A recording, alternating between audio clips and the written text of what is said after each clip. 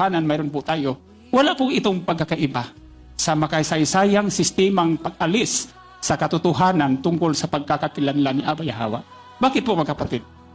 Alam po nila na tayo dito sa malayong silangan, nagsisimula ng magsamba sa pangalan ni Abba Yahweh, ginawa po natin yung kanyang sagradong halaran at maging kanyang sagradong bahay ang hayakal.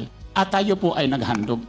Ito po ay alam po nila na mangyayari sa kapanahunan ngayon. So in order to combat us in our existence, they must have a very strong force, united, parang united as one din sila, to form one world religion. Pero ano pong sikretong purpose po ng one world religion, mga kapatid?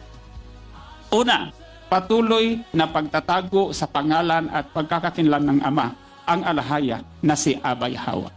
Because in one world religion, they will worship the same pagan God, and they will try to establish the same doctrine, belief, sa lahat na nasasakupan nila.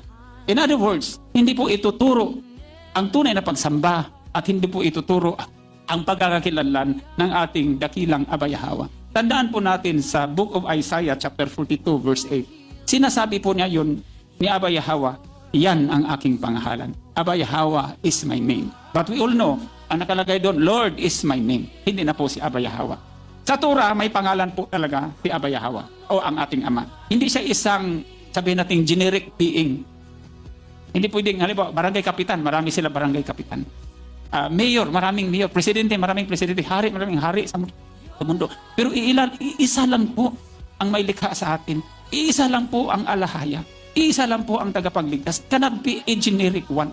And that is Abba Yahweh. The intention of one world religion is to create yung pang-ilin lang muli ang mga tao simula na nakakilala kay Abba Yahweh. Dahil marami po sa mundong ito, nalaman po ang tunay na pangalan ni Abba Yahweh. And they are very much concerned and very much worried, baka magawa nila ang tamang pagsamba. Because they recognize the name of Abba Yahweh. Although iba nagsasamba kay Abba Yahweh, nasa concept pa po ng religion. And in order to stop that yung information na malaman ang tunay na pagkakilanlan, ang pagsamba at ang tipan, kailangan mamamayagpag po ang tinatawag natin na one world religion.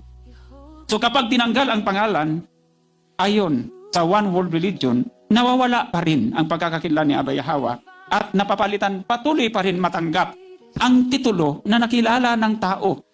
Libong taon na rin ang nakalipas. Kung yan ay Diyos, Theos, Lord or God, yan pa rin ang tatangkilikin nila kasi yan ang maging basihan sa kanilang one world religion. In other words, ang resulta ay pagsamahin lang po ang iba't ibang relihiyon, iba't ibang paniniwala sa isang body na maging makapangyarihan at magtagumpay sila sa kanilang layunin. Pangalawa ay upang hindi masunod ang pagtawag sa pangalan na siyang susi sa tunay na pagsamba at susi sa kaligtasan.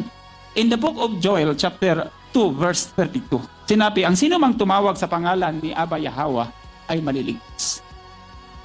Mga kapatid, tayo po ba ay tumawag sa pangalan ni Abba Yahweh? So ang kaligtasan po ay nasa atin. At maliban doon, nilang tayo tumawag sa pangalan ni Abba. Sinamba po natin siya, pinupuri natin siya, dinadakila natin siya. Tayo po ay naghandog sa Kanya.